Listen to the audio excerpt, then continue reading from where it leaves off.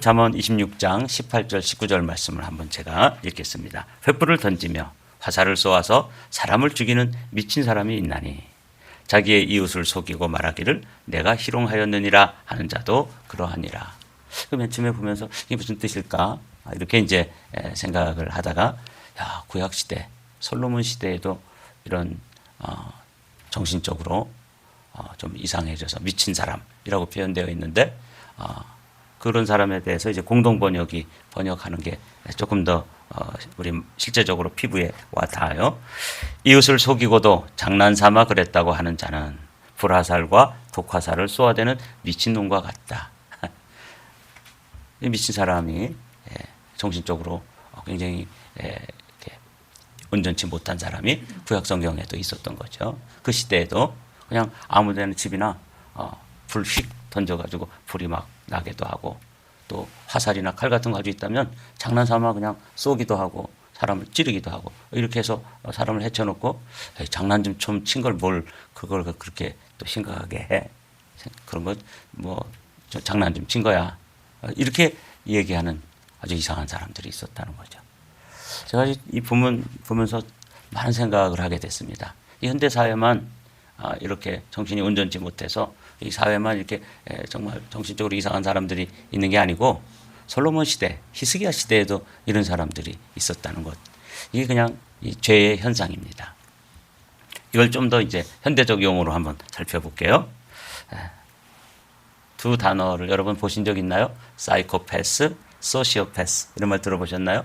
이거는 다 아주 지금 방금 우리가 읽은 이런 그냥 아무 집에나 뭐 불 확 지르기도 하고 무기가 있다면 그냥 지나가다가 푹 찌르는 거예요. 묻지도 않고 뭐 무슨 원한 관계라든지 뭐 이런 문제가 서로 뭐 만난 적도 없는데 그냥 옷 잘 입었다고 푹 찌르고 좋은 차 타고 다닌다고 가서 막 해치고 또 뭐 얼굴 예쁘다고 또 가서 면도 날로 뭐 긁어버리고 뭐 이런 아주 정말 생각도 못하는 일이 현대 사회에는 그만큼 타락되고 또 사회가 좀 복잡해졌으니까 그런 사람도 있을 수 있겠다. 그런데 벌써 구약 시대에 이런 사람들이 있다. 그렇게 해놓고도 아무렇지도 않게 장난 좀 친 걸 뭘 그걸 그러세요? 이렇게 나오는 사람이 있었다는 거야. 그래서 그것을 이제 소시오패스라는 단어, 참 무시무시한 단어입니다. 근데 이게 조금 근원이 좀 다르더군요. 이 소시오패스는 환경과 경험의 영향을 받아 형성된 반사회적인 인격장애래요. 그러니까 원래는 건강한 사람이었는데 학대를 받거나 가정에서 뭐 없이 인격적으로 이상한 대우를 받고 이렇게 해서 이게 이제 완전히 꼬인 거죠. 인격이 이렇게 원만하게 성장을 해야 되는데 찌그러지고 이질러진 이런데 이것은 환경과 경험의 영향을 받아요. 이런 사람들은 충동적이고 예측 불가능하다. 멀쩡하게 이렇게 인간관계를 하다가도 아주 작은 일에 막 분노가 폭발하고 사람을 해치고 그대로 막 불을 지르고 화살을 쏘아대는 거예요. 참 엄청난 거죠. 이런 사람들은 감정적 공감이 없고 쉽게 불안정하며 인간관계에 문제가 많다. 그래서 사회의 규범을 무시하고 타인을 해치는 이런 경향이 있다는 거죠. 사이코패스란 말을 많이 들어봤죠. 이건 또 유전적으로 또는 생물학적 요인에 의해 가지고 자기 의사와 관계없이 또 이런 행동을 하는 거예요. 이것도 반사회적인 인격 장애를 보여주는데 계획적이고 계산적인 행동을 한대요. 그러니까 이 사람은 살인을 해도 충동적이지 않고 치밀하게 계획을 해가지고 아무도 모르게 이웃을 해치고 그리고 안 그런 척하고 살아가는 무서운 사람이에요. 그러니까 돌변하면 사이코패스가 주변에 있다 그러면 이런 사람도 뭐 무시무시한 거죠. 지금 구약 성경 오늘 읽은 이런 사람처럼 말입니다. 감정이 거의 없고 타인에 대한 공감이 매우 결여되어 있다. 감정이 누군가 아파하는 사람이 있으면 같이 아파하고 누군가 힘들어하는 사람이 있으면 같이 힘들어하고 이렇게 손잡아주고 또 등 다독여주고 이런 건 못하는 거예요. 감정이 없어요. 거의 기계인 거죠. 그래서 이런 사람도 조작적이고 양심의 가책 없이 타인을 이용하거나 살해한다. 그래서 이제 제가 오늘 이 말씀 횃불을 던지며 화살을 쏘아서 사람을 죽이는 미친놈 또 자기 이웃을 속이고 또 해치고도 그냥 장난을 쳤을 뿐입니다. 조금 뭐 희롱을 했는데 그것 때문에 좀 힘들었어? 이렇게 그냥 아무런 감정적인 어떤 그런 그 미안함이나 이런 것도 없다는 거예요. 이런 사람이 구약시대에도 있었구나. 이게 저에게 참. 근데 사실은 찾아봤더니 이런 사람들이 아담, 가인, 그리고 이제 그 다음에 가인의 5대손인 라멕이라는 사람, 그때부터 막 이런 좀 미친놈, 사이코패스라든지 소시오패스 같은 사람들이 있었다는 거죠. 이게 아담 안에 들어왔던 죄가 그 안에서 독버섯처럼 사람들 사이에서 번져가는 모습을 성경은 이렇게 그리고 있습니다. 그래서 그것을 오늘 생명이라고 하는 단어와 연관지어서 생명을 경시한다, disregard 하는 거죠. 아주 그냥 아무렇지도 않게 생각하는. 우리 시대에도 이 생명 경시의 풍조가 있죠. 근데 벌써 구약 시대에 가인의 5대손 정도 되는 이 라멕이라고 하는 사람이 하는 이야기를 한번 들어보십시오. 라멕의 아내들에게 이르되 아다와 실라여 내 목소리를 들으라.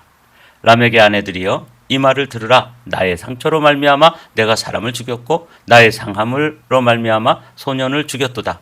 가인을 위하여는 벌이 7배일진데 라멕을 위하여는 벌이 77배이리로다. 이게 무슨 뜻이에요? 이 라멕이라는 사람이 가인의 후예인데 누군가 자기한테 조금 상처를 줬대요. 그러니까 그냥 뭐 지나가다가 좀 바른 소리를 했을 수도 있고, 하여튼 상처는 뭐 자기가 받는 거잖아요. 그렇게 해석하는 거예요.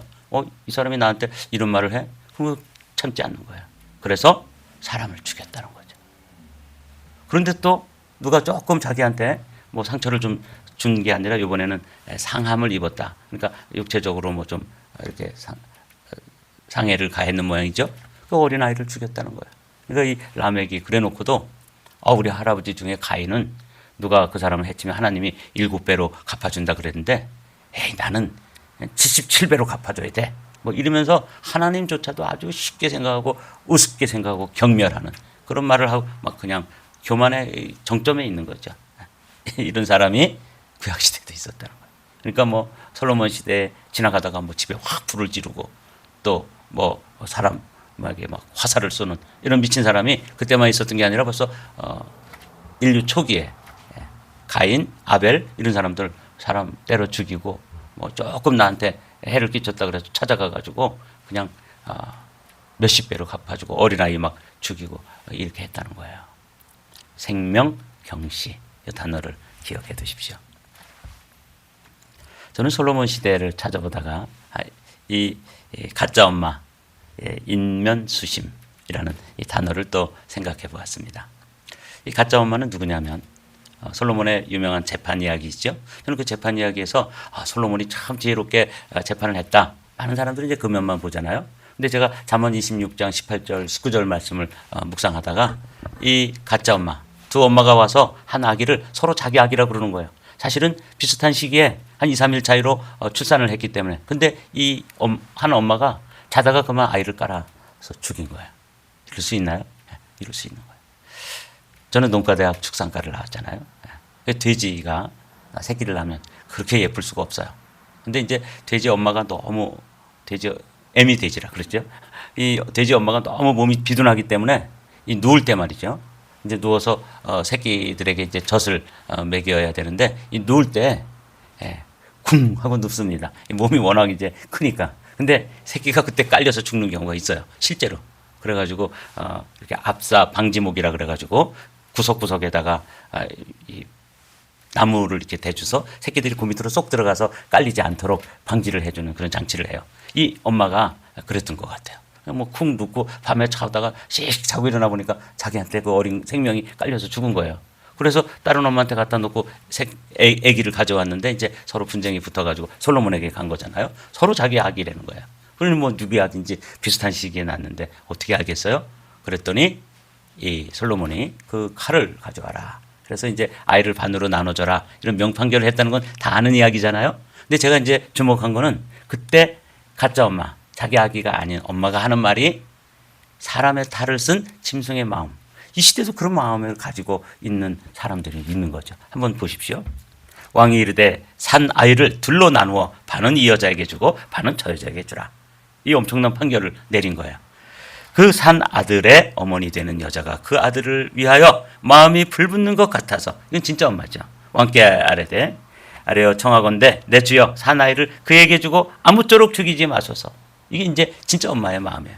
가짜 엄마 뭐라 그러는지 한번 다른 여자는 거기 한번 읽어보시죠. 함께 시작. 다른 여자는 말하기를 내 것도 되게 말고 내 것도 되게 말고 나누게 하라 하소서. 이렇게 뒷부분은 제가 이제 파워포인트로 옮겨놓느라고 뺐는데, 제가 이거 보면서 그냥 이제 잠언 26장의 말씀을 묵상하면서, 야, 솔로몬 시대에도 이런 사이코패스 같고 소시오패스 같은 이런 심리적으로 이미 완전히 죄에 의해서 점령당한, 그래서 사람의 탈을 쓰고 있지만 엄마의 모습을 하고 있지만 이건 엄마도 아닌 거죠. 이건 자기 자녀는 깔아뭉개고 죽여가지고 이제 죽은 다음에, 그럼 그걸 회개하고 또 안타까워할 텐데, 그걸 은폐하기 위해서 다른 집 아기를 훔쳐오고 그 아기를 반을 나눠준다니까, 아유 좋습니다, 그냥 잘라서 주십시오. 그 잘라서 뭐해요, 그죠? 진짜 엄마는요 활짝 뛰면서 가슴이 불붙는 것 같죠. 자기 아기가 죽는데 내가 못 키우더라도 차라리 그냥 포기하고 저 여자가 키워서 그 생명이라도 살았으면 좋겠다. 이게 사람의 마음이죠. 그런데 이 인면수심, 생명병시, 오늘은 그 사이코패스, 소시오패스 이런 단어를 한번 생각해요. 이 사회가 그렇게 돌아가고 있는 거예요. 죄가 그렇게 무섭습니다. 죄로 오염되고 죄로 타락되면 사람의 모습, 얼굴은 사람이지만 그 마음은 짐승의 마음과 같은 거죠. 제가 영어로 찾아봤더니 인면수심을 영어로 번역해라 그렇게 했더니 이렇게 했어요. A wolf in sheep's clothing 이라고. 옷은 양의 가죽, 양의 털옷을 입고 있는데 얼굴은 실제로는 늑대나 이리 같은 그런 존재인 거죠.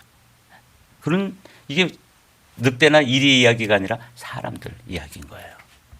이게 죄입니다. 근데 이제 이거 너무 우울하죠. 근데 이제 예수님 이야기로 우리가 오늘은 말씀을 좀 생각해 보았습니다. 예수님은 얼마나 생명을 사랑하고 그 생명을 존중하는지, respect for life, 생명 존중.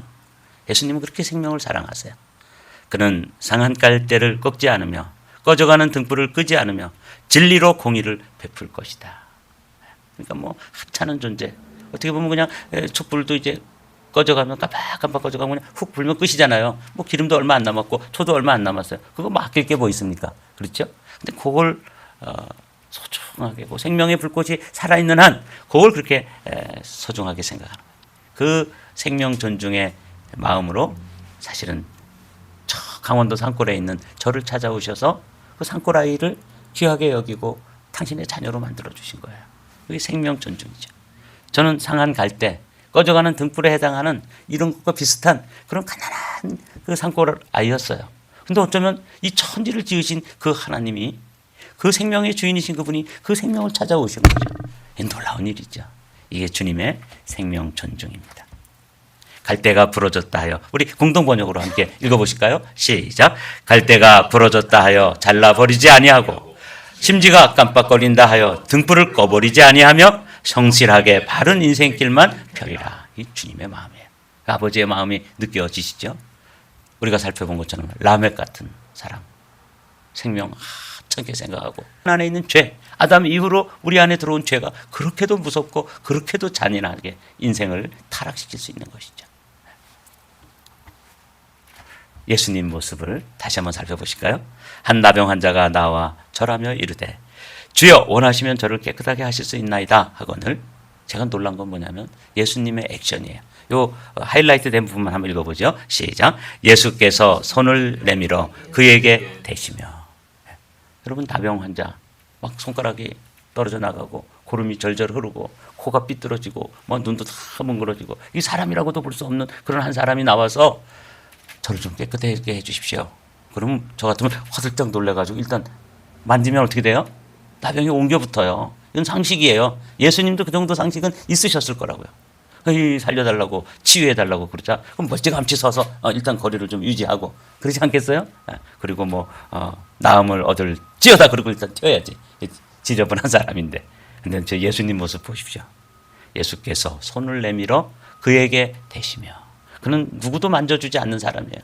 그가 누구에게 이런 스킨십을 받아봤겠습니까? 나병이 걸린 이후로 아무도 그를 가까이 하지 않고, 심지어는 그를 낳아준 부모도, 그리고 형제도, 피를 나눈 형제들도 다 해서 이제 버림받은 인생. 그래서 그 누구도 그를 만져주지 않았단 말이죠. 깨끗하게 해주십시오. 그럴 때 깨끗함을 입어라. 이렇게 명령만 해도 나음을 얻을 텐데, 그 사람을 안아주고 가서 손을 대시고 그 상처를 매만져 주시고 어루만져 주시는 이 놀라운 예수님의 모습이 그 사랑이 넘치니까 그 질병이 예수님께로 옮겨오는 게 아니라 예수님의 사랑이 그 질병을 떠나보내는 거예요. 아, 정말 감동이었습니다. 이르시되 내가 원하노니 깨끗함을 받으라. 이렇게만 해도 되지는 건데 손을 대시고 어루만져 주시고 쓰다듬어 주시고 안아주시고 너 얼마나 힘들었니? 그 인생 자체 꺼져가는 등불 상한 갈대 같은 그 인생을 그대로 받아주시는 모습. 저는 이제 목회를 하면서 조금 좀 아닌 사람들은 우리는 이렇게 배제하잖아요. 그렇죠? 예수님 보십시오. 생명을 얼마나 존중하시는가. Respect for life. 이 예수님의 모습이에요. 이 죄를 가진 라멕이라든지 그 잔인한 엄마, 가짜 엄마와는 차원이 다른 생명을 사랑하시는 모습이죠. 이런 사람이 또 있었습니다. 여기 보면 백부장의 생명 사랑, Love for life. 예수께서 가버나움에 들어가시니 한 백부장이 나와 간구하여 이르되 주여 내 하인이 중풍병으로 집에 누워 몹시 괴로워하나이다. 이 부분도 생각해보면 이게 놀라운 일이에요. 여러분 제가 언젠가 말씀드렸죠. 제가 장교 시험을 보려고 체력 테스트를 받으러 가서 그런데 이제 뭐 자유로운 대학생들이니까 소변 보고 싶고 뭐 화장실 볼 일이 있으면 그냥 이렇게 가잖아요. 뭐 군인도 아니고 이제 체력 테스트 받으러 간 거니까. 그런데 그때 그 소령이 그 체력 테스트를 받는 지휘관이 그 지휘하는 지휘관이었는데 그때 제가 아주 너무 인상적인 이야기를 들었어요. 어이 그 학생들 낱개로 다니지 마 이러더라고요. 낱개가 뭐예요? 완전 물건 취급하는 거예요. 근데 이때 고대 시대에 이 예수님 당시에 이 시대는 이 노예라든지 이런 하인이라든지 이런 사람들은 낱개, 한 개, 두 개. 우리 그 집에는 노예가 몇 개나 있어? 그럼 우리 집에 한 노예 뭐 한 100개 있지. 이렇게 물건 취급받는 그런 상태예요. 이 물건인데 일 잘하는 물건이죠.